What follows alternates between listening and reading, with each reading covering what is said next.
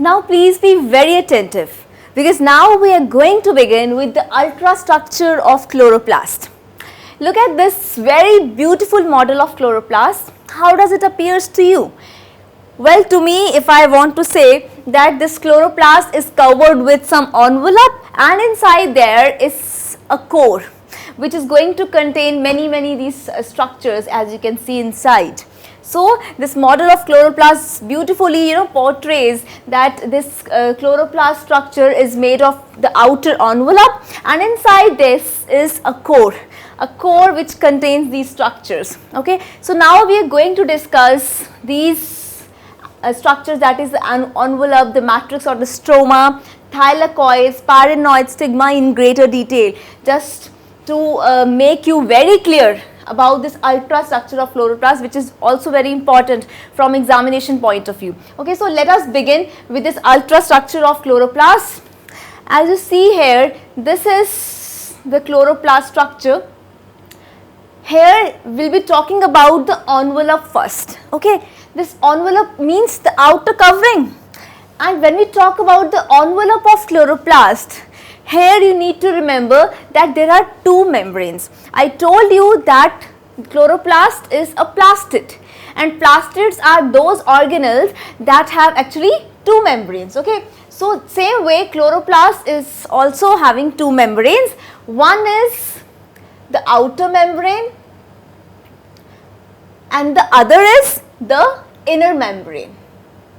Okay, and this outer and inner membrane are approximately 75 to 100 angstrom thick.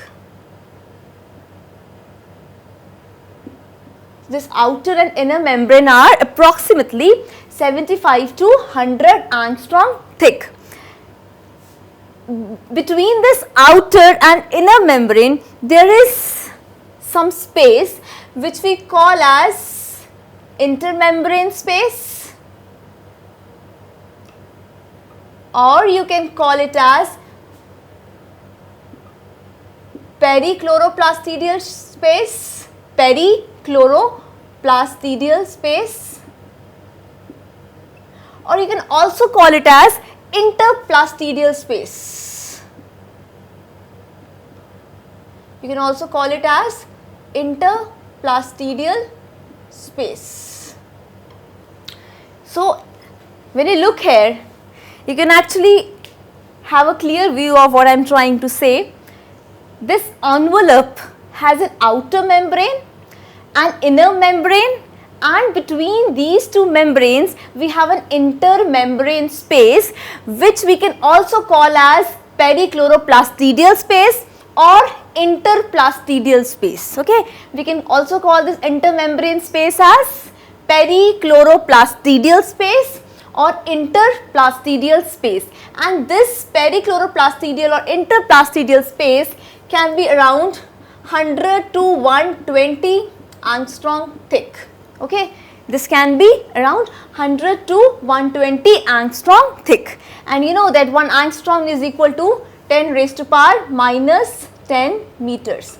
1 angstrom is equal to 10 raised to power minus 10 meters. Okay, just remember this is for your general knowledge. I hope you already know that, but remember that when we talk about the envelope of chloroplast, it has two membranes. You can see in this image very clearly the outer membrane and the inner membrane, and between this outer and inner membrane we have an intermembrane space, which we can also call as perichloroplastidial space and an interplastidial space. The outer and inner membrane are approximately 75 to 100 angstrom thick, and the intermembrane or this perichloroplastidial or interplastidial space is around 100 to 120 angstrom thick.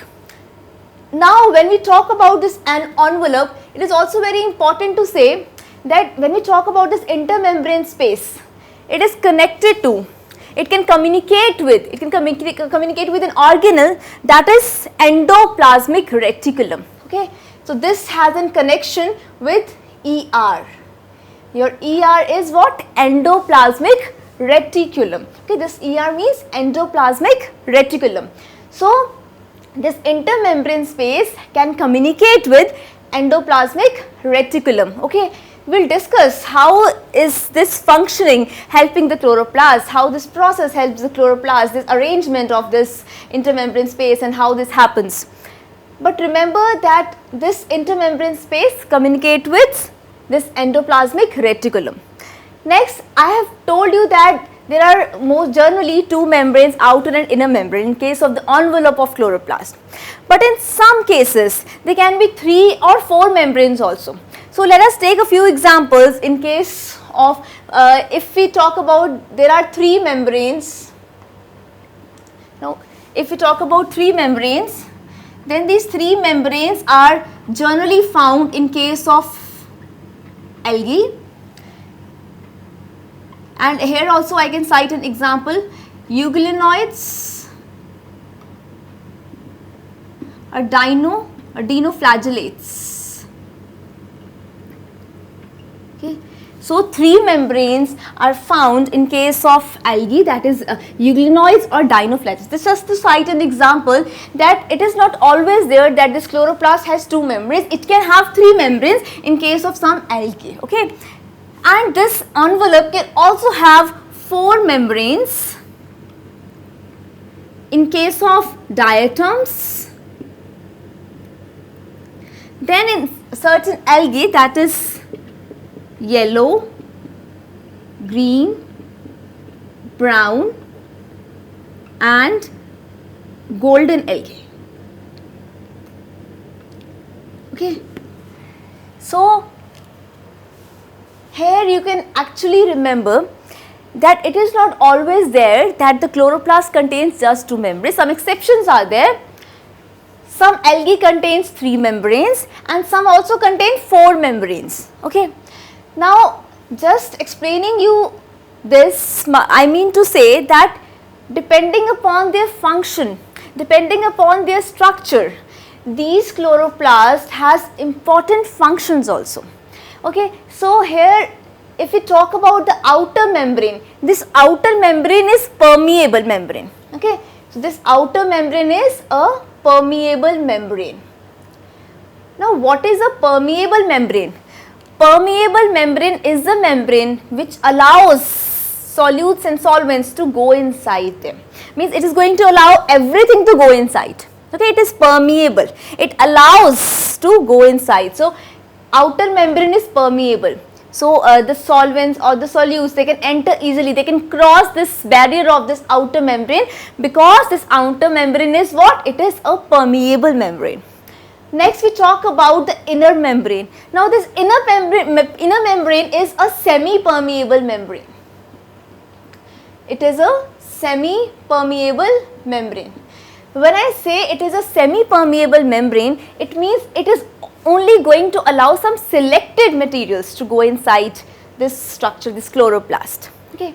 So outer membrane is permeable, it is going to allow everything to pass through it.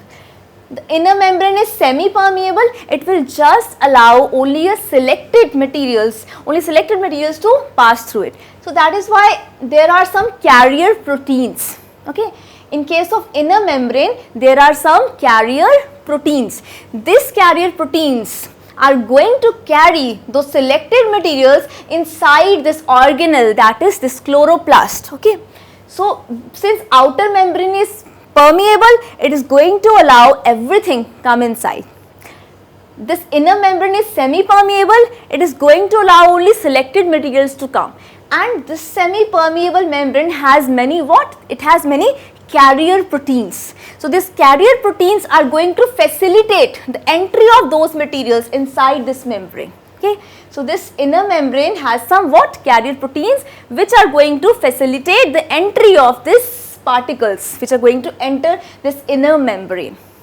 And now this inner membrane develops some folds. Okay. And these folds form the thylakoids, which we will be discussing later. Okay. And this inner membrane, when develops some folds like this forms thylakoids. And In mature chloroplasts, these thylakoids get separated. But they have originated from what? They are the folds of the inner membrane. These thylakoid structures which you see over here, they are what? They are the folds from the inner membrane, and in mature chloroplasts what is going to happen? They are going to get separated.